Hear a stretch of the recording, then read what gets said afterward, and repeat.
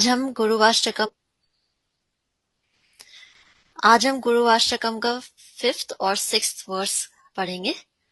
अभी तक हमने जो फर्स्ट 4 वर्सेस पढ़े हैं उसमें पहले में हमने समझा था कि प्रॉब्लम क्या है, माया तत्व है। और जो गुरु हैं वो हमें बता रहे हैं कि इस संसार में कैसे एक महादाव अग्नि है और हमें उसको कैसे अप्रोच करना चाहिए। दूसरे वर्स में हमें वो गौर तत्व बता रहे हैं कि हमें श्री गौरंग महाप्रभु और नित्यानंद प्रभु से जब हम जुड़ते हैं तो ये भक्ति का जो मार्ग है वो हमारे लिए आसान हो जाता है। तीसरे श्लोक में वो हमें विग्रह सेवा के बारे में बता रहे हैं कि हमें विग्रह सेवा कैसे करनी चाहिए और जो गुरु हमें जो भी गाइडेंस और इंस्ट्रक्शंस देते हैं उसको फॉलो करके हमें विग्रह सेवा करनी चाहिए।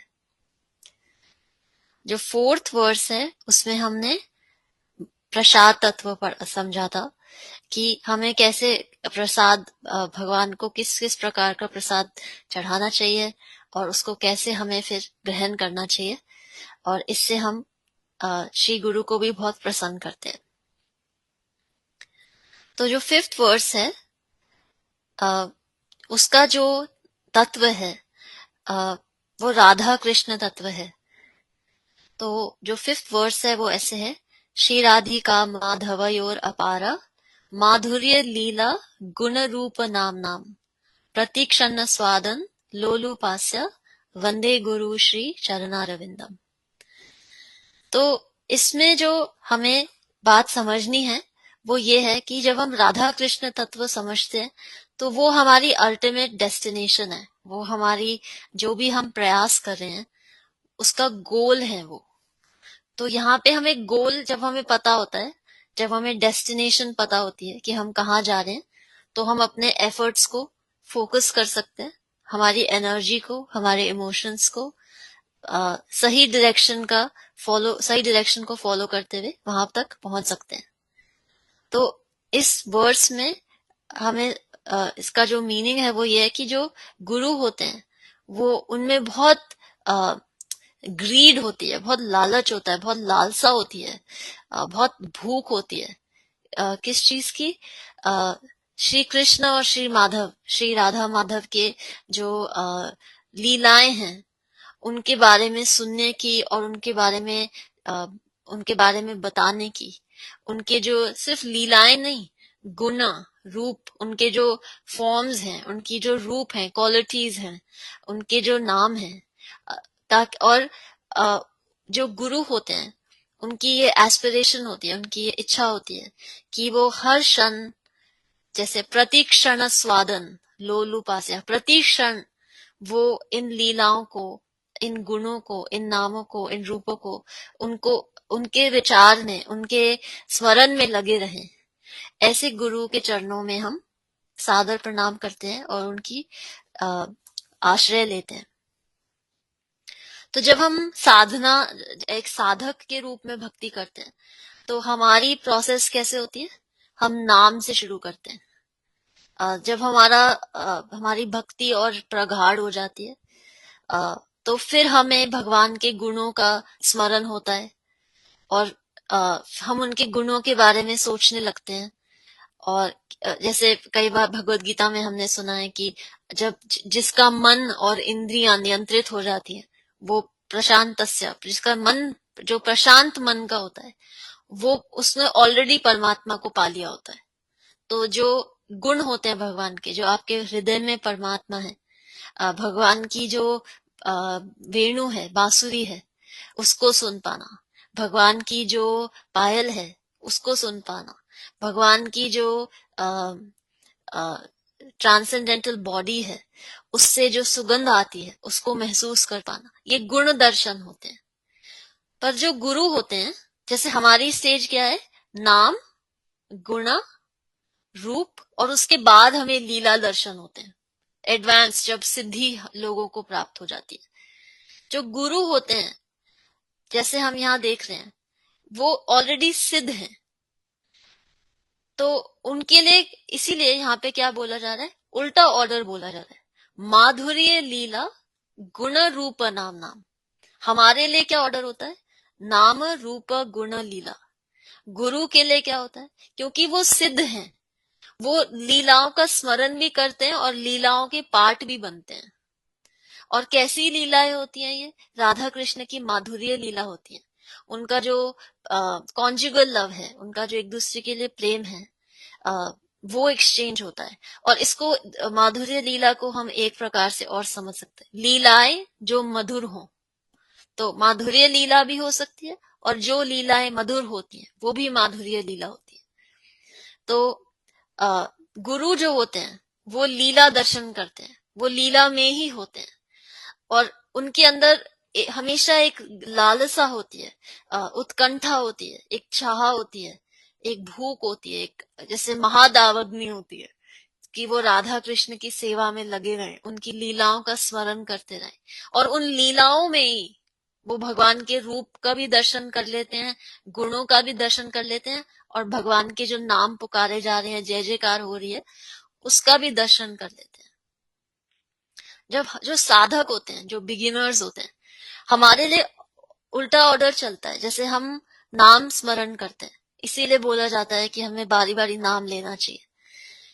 जब हम नाम को प्रगाढ़ रूप से लेते रहते हैं और लेते रहते हैं और हमारी भक्ति बहुत अच्छी हो जाती है, तब हमें भगवान के दर्शन होते हैं। और भगवान के दर्शन हृदय में होते हैं। आपका जो हार्ट है, आपका जो हृदय है, उसमें होते हैं। और इसके बहुत सारे श्लोक हैं जो इस चीज का हमें एविडेंस प्रूफ देते हैं। जैसे ब्रह्मा संहिता में ब्रह्मा जी बोलते हैं, प्रेम अंजना छुरिता भक्ति विलोचनेना शांता सदैव हृदयेषु विलोकयन्ति यम श्याम सुंदरम अचिंत्य गुण स्वरूपम गोविंदम आदि पुरुषम तमहम भजामि। कि जो कृष्ण है, जो प्योर डिवोटीज, शांता सदैवा, प्योर डिवोटीज के हृदय में, हृदयेशु, उनके हृदय में है। तो जब हमारा नाम जब बहुत स्ट्रांग हो जाता है, तो भगवान हृदय में दर्शन देते हैं, हृदय दर्शन देते हैं। अब जैसे हम कई बार ये बात करते हैं कि जब जन्माष्टमी होती है, तो वो टाइम जोन के हिसाब से अलग अलग टाइम पे आती है हर जगह पे। तो भगवान 4 बार 5 बार नहीं पैदा होते। भगवान का अपीयरेंस जो होता है, जब माँ देवकी की भी वो हार्ट में अपीयर होते हैं, और हमारे भी वो हार्ट में ही, दिल में, हृदय में अपीयर होते हैं। दामोदर अष्टकम में भी जब हम जो 4th श्लोक आता है, उसमें भी अ, देवव्रत मुनि क्या बोल रहे होते हैं, इदम ते वपुरनाथ गोपाल बालम सदा में मनस्या आविरस्ताम की मन्या। कि आपका आविर्भाव मेरे मन में हो जाए सदा के लिए। आप हो भगवान वपुरनाथ, आप भगवान का मुख हो, पर गोपाल बालम, गोपाल बाल रूप में आए हो। सदा में मनस्या आविरास्ताम की मन्या, आपका आविर्भाव सदा के लिए मेरे मन में हो जाए। तो उससे क्या होगा, वरम देवा मोक्षम न मोक्षावधिम्बा नाचन्यम वृनेहम वरेशादपिहा। कि जब आप ही मेरे मन में आ जाओगे, तो ऐसा कोई ऐसा आशीर्वाद या कोई ऐसी इच्छा नहीं है जो पूरी नहीं होगी।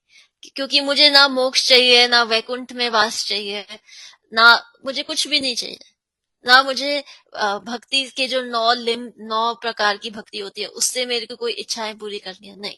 सदा में मनस्या अविरास्ताम के मन्या, किम अन्या, और कुछ नहीं चाहिए। तो जब हम नाम बहुत लेते हैं, तो हमें भगवान के रूप का दर्शन होता है। और उसके बाद जब रूप दर्शन होता है, फिर गुण दर्शन होता है।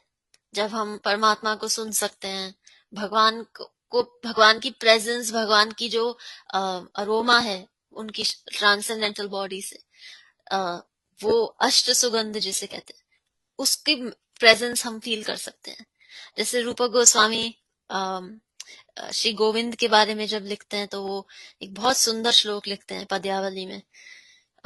तो ही सिंग्स लाइक दिस कि फुलिन्दीवरकान्तिमिन्दु वदनम् बर्हावतं प्रियम् श्रीवत्साङ्कमुदारकौस्तुभधरम् पीतांबरम सुंदरम। कि जब भगवान की आपको गुण दर्शन होते हैं तो फुलिंदी वरकांतिम, जैसे खिलते हुए चांद जो होता है, जिन श्री गोविंद का जो मुख है, एक एक एक फुल मून की तरह है। उनका जो कॉम्प्लेक्शन है वो कैसा है, इंदु वदनम, फुलिंदी वरकांतिम, एक ब्लूमिंग ब्लू लोटस जो होता है, रेयर पिंक लोटस से भी रेयर होता है, पिंक कमल जो फूल होता है उससे भी रेयर होता है, नीला लोटस, वैसा कॉम्प्लेक्शन है। श्रीवत्सांकम, जिनकी चेस्ट पे श्रीवत्स है, उदार कौस्तुभाधरम पीतांबरम सुंदरम, और उन्होंने पीतांबर धारण किया हुआ है। तो हमें उस स्टेज पे भी आ जाते हैं हम, जब हम बहुत प्रगाढ़ भक्ति करते हैं। तो उसी प्रकार क्या होता है कि जो गुरु होते हैं वो ऑलरेडी नित्य लीलाओं का पाठ है, इसीलिए उनके लिए हम दूसरा ऑर्डर बोल रहे हैं। लीला, वो लीला कर रहे हैं, वो लीला में हैं और लीला देख भी रहे हैं, इसीलिए वो लीला का पाठ भी होते हुए भी उसी में ही भगवान के गुण रूप और नाम का दर्शन करते हैं। इसीलिए बहुत बार जो आचार्य होते हैं, परम वैष्णव होते हैं, उनके नाम के पहले क्या बोला जाता है, नित्य लीला प्रविष्ट ओम विष्णुपाद, कि वो नित्य लीला में प्रवेश कर चुके हैं। नित्य लीला प्रविष्ट ओम विष्णुपाद आगे उनका जो नाम होता है। और ऐसे गुरु की शेल्टर में जब हम आते हैं तो हमें भी वो प्रगाढ़ प्रेम भक्ति का मिल सकता है। जो वर्स 6 है वो भी इसी थीम पे फोकस कर रही है, कि लीलाओं पे, जो भगवान श्री राधा श्री कृष्ण की लीलाएं हैं उन पे फोकस कर रही है। कि मान लिया कि हमारी डेस्टिनेशन है राधा कृष्ण के पास जाना, तो हम किस भाव से जाएंगे वहां पे, हमारा क्या हमारे क्या मन की क्या स्थिति होनी चाहिए, हमारा मूड कैसा होना चाहिए।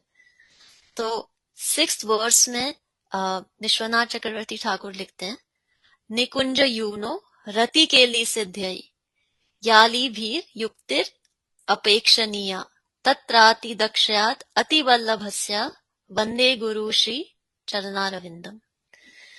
कि जो गुरु हैं वो श्री राधा वल्लभ, श्री राधा माधव हैं, श्री राधा कृष्ण हैं, उनको बहुत प्रिय हैं। क्यों वो प्रिय क्यों हैं? निकुंज योनो, जो वृंदावन के निकुंज हैं, ग्रोव्स हैं, वहां पे क्या हो रहा है, रति केली, विविध विविध प्रकार की, काफी प्रकार की लीलाएं हो रही हैं, रति केली। तो वो राधा वल्लभ को प्रिय क्यों है? क्योंकि वो सिद्ध हैं, रति केली सिद्ध, वो सिद्ध हैं। किस चीज में सिद्ध हैं वो? या याली भी युक्तिर अपेक्षणीय, या याली मतलब जो आली शब्द है यहाँ पे वो गोपियों के लिए बोला जा रहा है।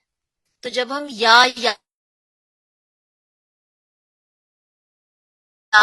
बोलते हैं तो वो प्लूरल, बहुत सारी जो गोपियां हैं वो क्या कर रही हैं, युक्ति, वो प्लान्स बना रही हैं और अरेंजमेंट्स कर रही हैं, बहुत बहुत प्रकार के अरेंजमेंट्स कर रही हैं लीलाओं के लिए। और उनकी कुछ अपेक्षाएं हैं, अपेक्षणीय, उस लीलाओं की अरेंजमेंट से उनकी कोई डिजायर्स हैं जो वो देखना चाहती हैं लीलाओं में। तो जो गुरु हैं वो सिद्ध हैं किस चीज में, तत्रार्ति दक्षयात, वो दक्ष हैं, जो गोपियों को असिस्ट करने में, ताकि ये लीलाएं अच्छे से हो सके, उसमें दक्ष हैं, सिद्ध हैं। और इसीलिए अति वल्लभस्या, वो श्री राधा वल्लभ को बहुत प्रिय हैं। और ऐसे गुरु के चरणों में वंदे गुरु श्री चरणारविंदम, ऐसे गुरु के चरणों में, चरण कमलों में हम नमस्कार करते हैं, हम आश्रय लेते हैं। तो जो गुरु होते हैं, ऑफ कोर्स जब हम मटेरियल भौतिक जगत में देखते हैं तो गुरु एक मेल भी हो सकते हैं या फीमेल भी हो सकते हैं। पर श्री गोविंद धाम में, श्री कृष्ण के गोलक धाम में जो भाव होता है वो पुरुष भाव में नहीं होता। मंजरियों में जो गोपियां होती हैं वो सब फेमिनिन होती हैं, और उनके लिए जो डिस्क्रिप्शन दी जाती है वो ये होती है कि वो 10 से 12 साल की उम्र के बीच में होती है। जनरली जो वृंदावन की लीलाएं हैं वो भगवान, जब भगवान भी मथुरा जाते हैं तो वो करीब 11 वर्ष के होते हैं। तो उसका उसके बहुत सारे रीजंस हैं, पर मेन एक जो रीजन होता है वो ये होता है कि उस समय काम भाव नहीं होता। तो भगवान के गोलोक धाम में जो गोपियों का भाव है उसको मंजरी भाव भी कहा जाता है।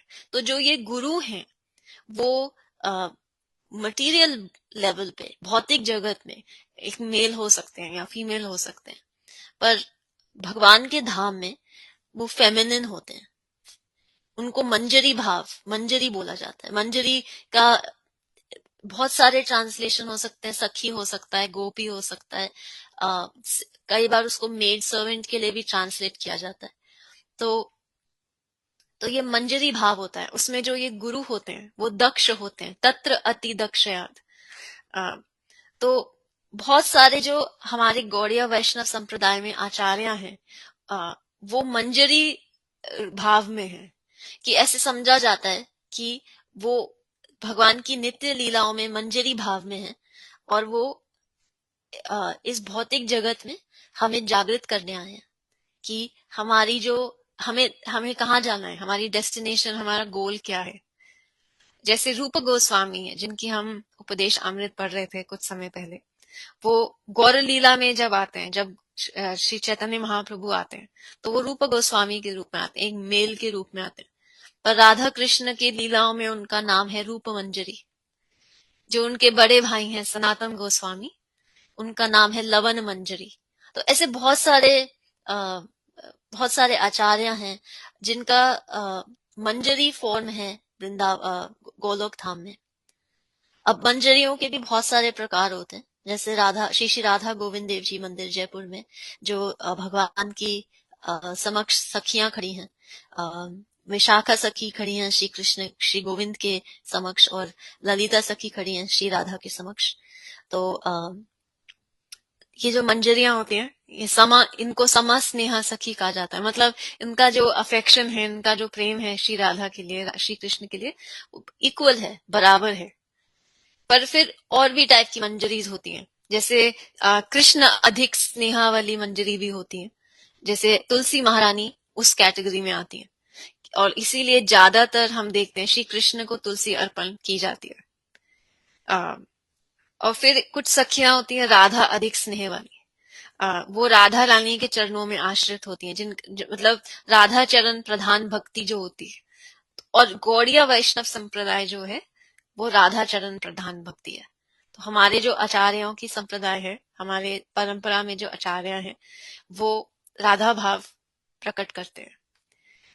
जब चैतन्य महाप्रभु जब आए थे तो उनके आने की दो वजहें थी। प्रेमा रसा निर्यासा करीते आस्वादन, राग मार्ग भक्ति लोके करिता प्रचारन। वो दो कारण के लिए आए थे। पहला क्या था? प्रेमा रसा निर्यासा करिते आस्वादन, कि वो भगवान का जो प्यार है, मतलब एक डिवोटी का जो भाव होता है भगवान के लिए, श्री राधा का जो भाव है श्री कृष्ण के लिए, उसको एक्सपीरियंस करना चाहते थे। और दूसरा क्या था? राग मार्ग भक्ति लोके करिता प्रचारन, कि यही जो भाव है, प्रेम का भाव है, प्रेम भक्ति जो है, राग मार्ग भक्ति लोके करिता प्रचारन, उसका प्रचार करने आए थे। सबसे जो सिंपल भक्ति है, क्या आप नाम लेके अपना गोलोक धाम तक का डेस्टिनेशन जा सकते हो। रसिका शेखरा कृष्णा परमे कारुणा, ए दुई हेतु हायते इच्छारा उद्गमा। इच्छारा उद्गमा, इसीलिए वो अपनी मर्जी से दो कारणों के लिए आए थे, और परम करुणा, करुणा अवतार में आए थे। और अगर वो एक बहुत फेमस भजन है, यदि गौर ना हुई तो, कि अगर गौरंग महाप्रभु नहीं होते, राधार महिमा प्रेमा रस सीमा जगत जानतो के, कि लोगों को, कि किसी को ये जो प्रेम भक्ति है इसका ज्ञान नहीं होता अगर श्री गौरंग नहीं आते, चैतन्य महाप्रभु नहीं आते। तो इसीलिए जब हम ये 6th वर्स पढ़ते हैं तो हमारे जो गुरुजन हैं इस परंपरा में अ, वो इन लीलाओं का स्मरण भी करते हैं, इन लीलाओं में पार्ट भी लेते हैं और इन लीलाओं में नित्य प्रविष्ट कर चुके हैं और उनके शरणागत होकर हम भी वो डेस्टिनेशन पा सकते हैं और हम भी अ, उन लीलाओं में अ, जो प्लान्स हैं, जो अरेंजमेंट्स हैं, उनको सहयोग दे सकते हैं।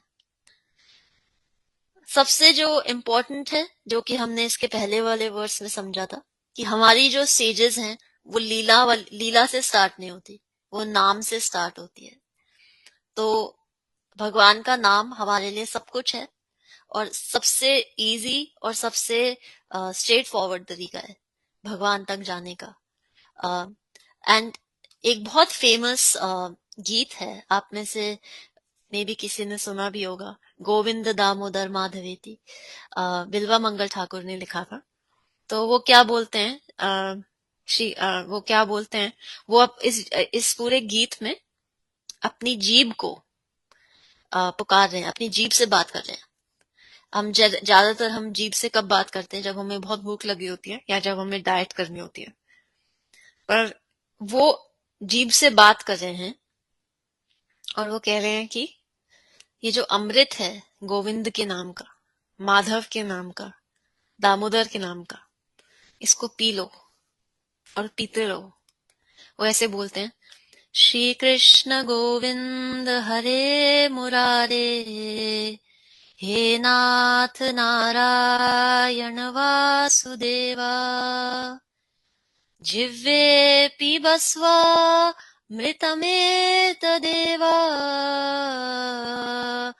गोविंद दामोदर माधवेति, गोविंद गोविंद हरे मुरारे, गोविंद गोविंद मुकुंद कृष्णम, गोविंद गोविंद रथांगपाणे, गोविंद दामोदर माधवेति। फिर वो अपनी जीभ से क्या बोलते हैं, इस अमृत को पीने से क्या होता है, वो कहते हैं, विचित्र वर्णाभरणाभिरामे, बहुत विचित्र बात है, अपनी जीभ से कह रहे हैं कि बड़ी विचित्र बात है, विदेहि वक्त्राम्बुजराज हमसे, सदा मदीये रसनेग्ररांगे, गोविंद दामोदर माधवेति। वो अपनी जीभ से कह रहे हैं, बहुत विचित्र बात है। क्या बात विचित्र है कि जब से ये नाम हमने बोलना शुरू किया है, गोविंद दामोदर माधवा, तब से क्या हुआ है, हमारा जो मुख है वो एक अम्बुज, एक लोटस, एक कमल के समान हो गया है और उसी मुख से उसी मुख के अंदर जो जिह्वा है, सदा मदीय, जब वो जैसे जैसे गोविंद दामोदर माधव का नाम लेती है तो उस जीभ का क्या हुआ है, राजहंस से, वो जीभ एक तरह से हम हंस बन गई है, राजहंस बन गई है, जो उस अम्बुज में, जो लोटस है उसके अंदर खेल रही है।